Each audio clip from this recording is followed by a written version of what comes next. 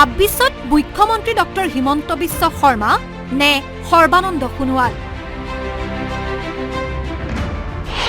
মুখ্যমন্ত্ৰীৰ বাবে দুয়োজন সমানেই যোগ্য। পিছে শনিৰ প্ৰভাৱে সৰ্বানন্দ সোণোৱালক মুখ্যমন্ত্ৰী পদৰ পৰা পিছুৱাই ৰাখিব নেকি?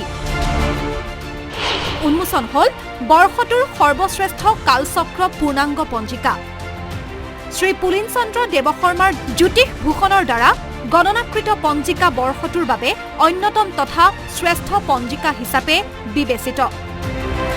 তেনে ক্ষেত্ৰতেই এই পঞ্জিকাই ২০২৬ত ৰাজনৈতিক ক্ষেত্ৰত বৃহৎ পৰিৱৰ্তনৰ ইংগিত দিছে। ডক্টৰ হিমন্ত বিশ্ব শৰ্মাৰ মই বস্তুটো এবাৰ কৈ দিছোঁ। তেওঁৰ জন্মলগ্ন হ'ল মকৰ আৰু জন্ম ৰাশি হ'ল কৰ্কট।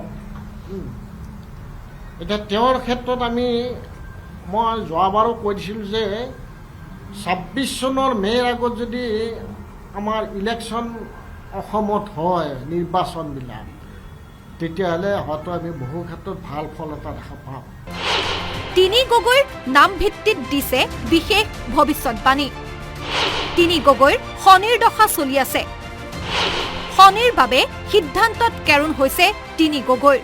তিনিজন ব্যক্তি মানে অখিল গগৈ, লুৰিণজ্যোতি গগৈ আৰু আমাৰ প্ৰেচিডেণ্ট, ভাৰতীয় জনতা পাৰ্টীৰ প্ৰেচিডেণ্ট দিলীপ শইকীয়া, আমি এইখিনি অসমত। সমান্তৰালকৈ বিজেপিৰ সভাপতি দিলীপ শইকীয়াৰ শনি দশা চলি আছে। ছোনিয়া গান্ধীৰ স্বাস্থ্যৰ অৱনতি ঘটিব বৰ্ষটোত। ৰাহুল গান্ধীৰ ২০২৭ চনৰ ১২ জুলাইৰ পাছত ভাল দিন আহিব। ছোনিয়া গান্ধী পাইছোঁ যে তেওঁৰ হ'ল মিথুন ৰাশি আৰু কৰ্কট লগ্নত শনি আছে।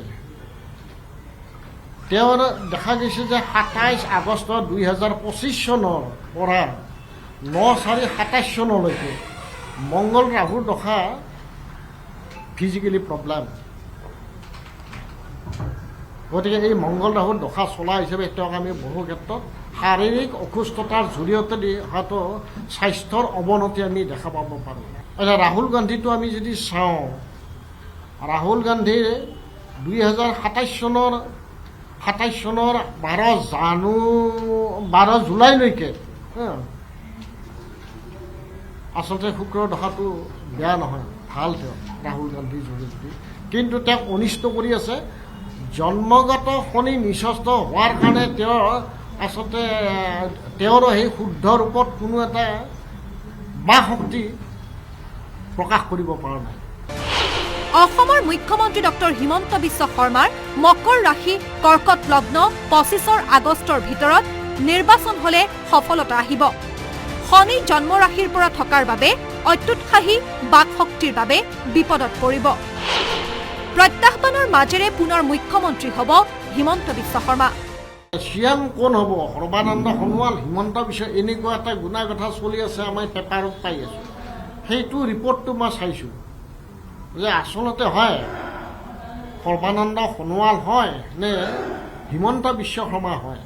সেইটো ক্ষেত্ৰত দেখা গৈছে যে দুইজনৰ সমপৰ্যায় যদিওবা সৰ্বানন্দ সোণোৱালৰ শনিৰ দৃষ্টিৰ কাৰণে তেওঁ পিছ পৰি থকাৰ নিচিনা হৈ আছে। আনফালে গৌৰৱ গগৈক শনিয়ে এৰা দিছে যদিও শনিৰ প্ৰভাৱ কম পৰিমাণে আছে। জনমানসত গৌৰৱ গগৈয়ে প্ৰভাৱ পেলাইছে। ৰাজনৈতিকভাৱে ভাল দশা চলিছে। অসমত কংগ্ৰেছে ভাল ফল পাব। যে গৌৰৱ গগৈৰো বেয়া আমি দেখা নাই। গৌৰৱ গগৈৰো অৰ্থাৎ কংগ্ৰেছৰ, মই নেশ্যনেলিষ্ট কংগ্ৰেছ কোৱা নাই, আমাৰ অসমৰ কংগ্ৰেছৰ কৈছোঁ ACC। গতিকে তেওঁৰো আমি চলাৰ ছিষ্টেমটো হিচাপে বেয়া দেখা নাই। সেই হিচাপে তেওঁ কিছু এডভান্স হৈছে আৰু বিশেষভাৱে যে হিমন্ত বিশ্বক প্ৰত্যাহ্বানৰ মাজেদিহে যাতে আগবাঢ়ি যাব পাৰে, তেওঁ সেই ধৰণে লিড এটাত আছে। প্ৰধানমন্ত্ৰী নৰেন্দ্ৰ মোদীৰ বুধৰ প্ৰভাৱত ২০২৬ চনৰ ২৯ মে'ৰ পাছত স্বাস্থ্যৰ অৱনতি ঘটিব। অসমৰ সাম্প্ৰতিক ৰাজনৈতিক অৰ্থনৈতিক দিশতো পেলাব প্ৰভাৱ। বাকী ৰাজনৈতিক দলবোৰৰ বাবে ফলপ্ৰসূ হ'লে অসম গণ পৰিষদৰ বাবে বছৰটো বৰ এটা ভাল নহ'ব।